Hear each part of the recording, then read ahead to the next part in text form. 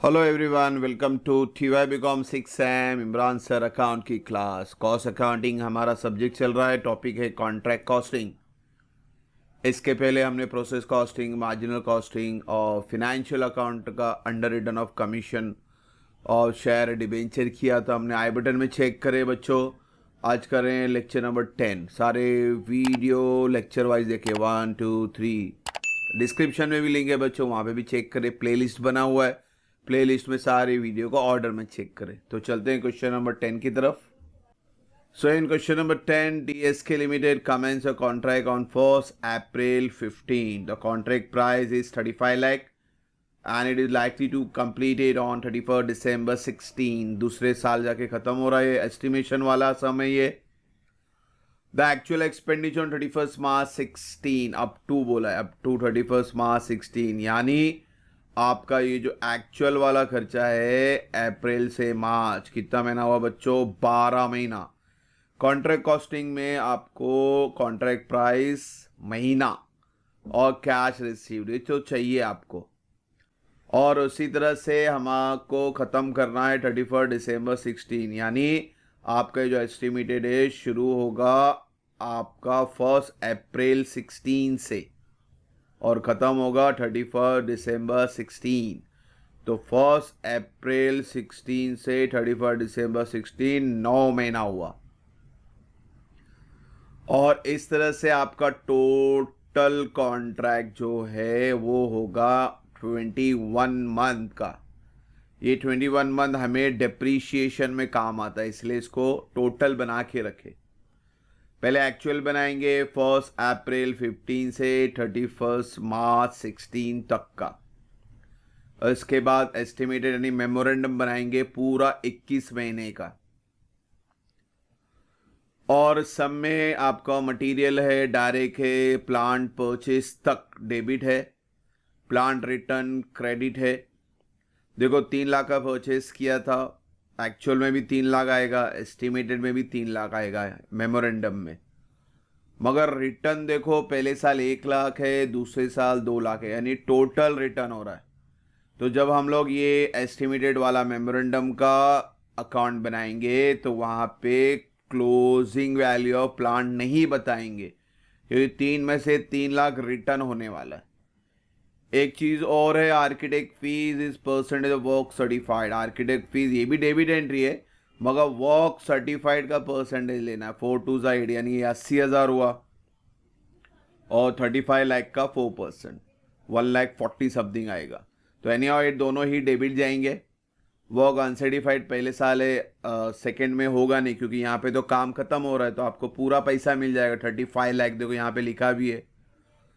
और cash received हमारे फॉर्मूले में काम आता है। प्लांट का डिप्रीशिएशन निकालना है 20% के हिसाब से, और एस्टिमेटेड वाला समय तो आपका नोशनल प्रॉफिट का फॉर्मूला रहेगा, तो फॉर्मूले को आपको समझना है। It was decided the profit to be taken credit. अब यहाँ से आपको फॉर्मूला शुरू हो रहा है, नोशनल प्रॉफिट की बात कर रहा है।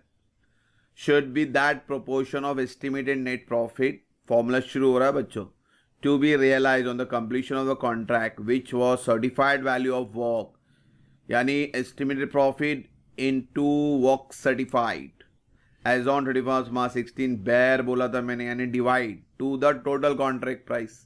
तो आपको फॉर्मूला दिया हुआ है नोशनल प्रॉफिट का, estimated profit into work certified divide by contract price.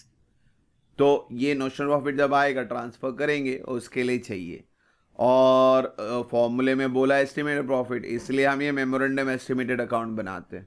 इसके अंदर जो बैलेंस आता है वो एस्टिमेटेड प्रॉफिट रहता है, फिर जाके आपका एक्चुअल कॉन्ट्रैक्ट कंप्लीट होगा।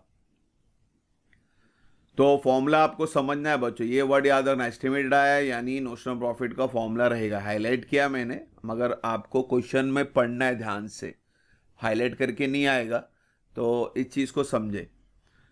तो पहले एंट्री कर लेते हैं, सारे एक्सपेंस लिख लेते हैं, मटेरियल से लेके plant as well as architect. Architect बोला था 2 लाख का 4%, तो 4 2 8 यानी 80,000 बना। फिर अपना WIP आएगा और प्लांट रिटर्न आएगा। प्लांट रिटर्न पहला एक्चुअल कर रहे हैं हम लोग, तो 1 लाख है, तो 1 लाख आपका कॉस्ट दिया हुआ है, मगर हम यहाँ लिखते हैं WDV, तो यानी आपको सिंपली डेप्रीशिएशन माइनस करना है। और पहला साल 12 महीना, ये महीना नॉर्मली हम डेप्रीशिएशन के लिए ही लिखते हैं। तो 1 लाख पे 20%, 12 महीना है तो आपको मंथ लिखने की ज़रूरत ही नहीं है, क्योंकि परसेंटेज का मतलब ही 12 महीना होता है। तो 1 लाख का 20% 20,000, आपका WDV आया 80,000। तो पहले साल का रिटर्न का WDV 80,000। अब रिटर्न के बाद हमारा WIP आएगा। WIP में 3 एंट्री है, work certified, work uncertified, plant at site. Normally material भी रहता है, ये सब में नहीं दिया मटेरियल क्लोजिंग करके। तो वर्क सर्टिफाइड है आपका 20 लाख, वर्क अनसर्टिफाइड है 50,000, प्लांट एट साइट, यानी अब ये जो प्लांट 3 लाख का आया है, डेप्रीशिएशन माइनस करके फिगर बताना। मगर 3 लाख में से 1 लाख रिटर्न हो गया है, तो आपके पास 2 लाख ही अवेलेबल है। ये समझना आपको, रिटर्न हो जावे, डैमेज हो जावे, सोल्ड हो जावे, तो आपको माइनस करके जो फिगर आएगा उस फिगर पे डेप्रीशिएशन निकालना है। अगेन ये भी 12 महीना है, तो 20 लाख का 20% 2 to the 4 यानी 40,000। बैलेंस आया 1,60,000, यहाँ लिखेंगे 1,60,000। तो एस्टिमेटेड में ना ये डेप्रीशिएशन पे ध्यान देना। और फिर अब कोई एंट्रियाँ नहीं है तो अब इसको क्लोज करते हैं। क्रेडिट साइड ही बड़ा है आपका, तो इसको माइनस करेंगे। नोशनल प्रॉफिट आया 4,10,000, कैरिड डाउन को ब्रॉड डाउन करते हैं अपोजिट साइड। और इसी को यहाँ पे अब बाइफिकेशन के साथ बताना है, PNL और WIP। तो PNL और WIP के लिए आपको PNL का फिगर सबसे पहले निकालना है, वो फॉर्मूले से आएगा। और उसके लिए चाहिए एस्टिमेटेड प्रॉफिट, उसके लिए बनाना पड़ेगा मेमोरेंडम आपका। तो अब चलते हैं मेमोरेंडम बना लेते हैं, ताकि आपको एस्टिमेटेड प्रॉफिट मिले, फिर हमारा ये एक्चुअल वाला पार्ट मुकम्मल करते हैं। तो चलते हैं मेमोरेंडम की तरफ। तो एक्चुअली यहाँ ले लिया मैंने, फिर से मेमोरेंडम शुरू करेंगे। मेमोरेंडम सिंपल है, हम पूरा प्लस करके बताते हैं। देखो 1 अप्रैल 15 से लेके 31 दिसंबर 16, 21 महीने का डिटेल बताना है आपको। तो हम प्लस करके लिखते हैं, तो पूरा प्लस करके लिखेंगे। मटेरियल 9,6,15,55, ठीक है। Direct labour 4,377,7,60,000। सब कॉन्ट्रैक्ट 3,250,000, 1,2,290, 290 है। प्लांट का तो ऑब्वियसली एक ही 3 लाख ही लिखना है।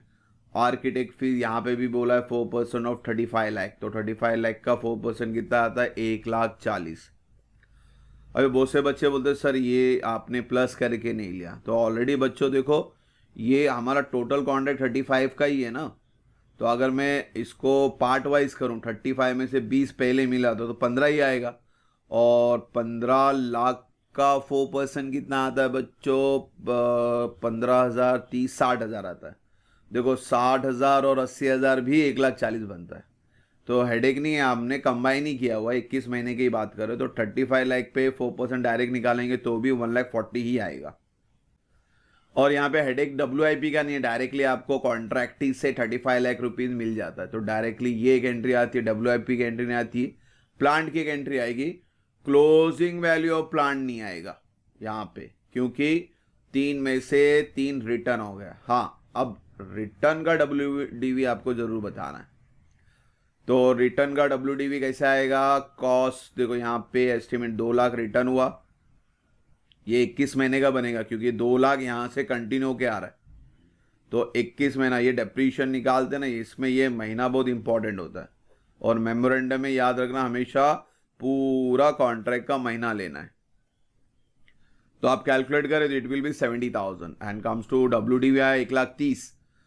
मगर ये तो 21 महीने का है और हम 2 लाख की बात कर रहे हैं। 2 लाख तो ये 9 महीने का एस्टिमेटेड वाले का है ना, और मुझे यहां बताना 21 महीने का। तो 31 ये और प्रीवियस यानी एक्चुअल का 80, तब जाके ये 21 महीना बना, क्योंकि आपको टोटल 3 लाख पे बताना है।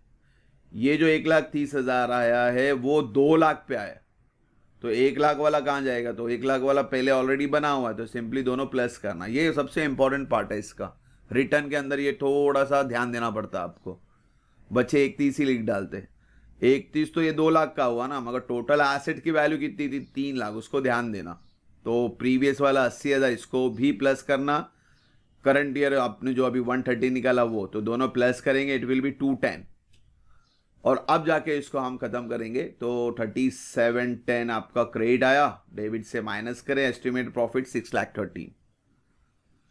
अब जाके हम अपना फॉर्मूला यूज कर सकते हैं एक्चुअल के लिए, notional profit transfer to PNL, estimated profit 613, work certified, हम एक्चुअल की बात कर रहे हैं बच्चों, एक्चुअल में रहने का, तो एक्चुअल का कितना है 20 लाख है ना, तो बोले वर्क सर्टिफाइड 35 लाख है, एक्चुअल की बात हो रही है, नोशनल प्रॉफिट एक्चुअल का है, तो वर्क सर्टिफाइड भी एक्चुअल का लेने का 20 लाख। हाँ, कॉन्ट्रैक्ट प्राइस आप ले सकते हैं, कॉन्ट्रैक्ट प्राइस स्टार्टिंग में दिया तो 35 लाख, वो लेंगे, तो 613 पहले 20 डिवाइड बाय कॉन्ट्रैक्ट, पहले डिवाइड करो, जो फिगर आएगा मल्टीप्लाई करो, समथिंग पॉइंट में आएगा, राउंड ऑफ करेंगे तो इट विल बी 3,50,286, 285.5 समथिंग आता है, तो इसको राउंड ऑफ करके लिखना, पॉइंट के बाद 5 या 5 से ज़्यादा है तो +1 करना, तो 350,286 आपका पीएनएल का फिगर आया, ये यहाँ लिखेंगे। अब क्या करेंगे, 350 को 410 से माइनस करके WDV का आंसर आएगा एंड इट इज 59,714। तो होप सो आपको एस्टिमेटेड कॉन्ट्रैक्ट समझ में आ रहेगा। इंशाल्लाह नेक्स्ट वीडियो से हम लोग 2 अलग अलग कॉन्ट्रैक्ट के डिटेल बताएंगे। एक ही ओनर रहता है मगर उसके साइड कई जगह पे चलते हैं, तो कहीं गोवा में है तो कहीं पंजाब में है, कहीं सूरत में है तो कहीं गुजरात में, या कॉन्ट्रैक्ट ए या कॉन्ट्रैक्ट बी, तो आपके डिफरेंट कॉन्ट्रैक्ट की जगह के हिसाब से बनाना होता है, वो भी आसानी है। एस्टिमेटेड होप सो आपको क्लियर होगा इंशाल्लाह। नेक्स्ट वीडियो में बच्चों जल्दी मिलेंगे। Thank you for watching the video, God bless you.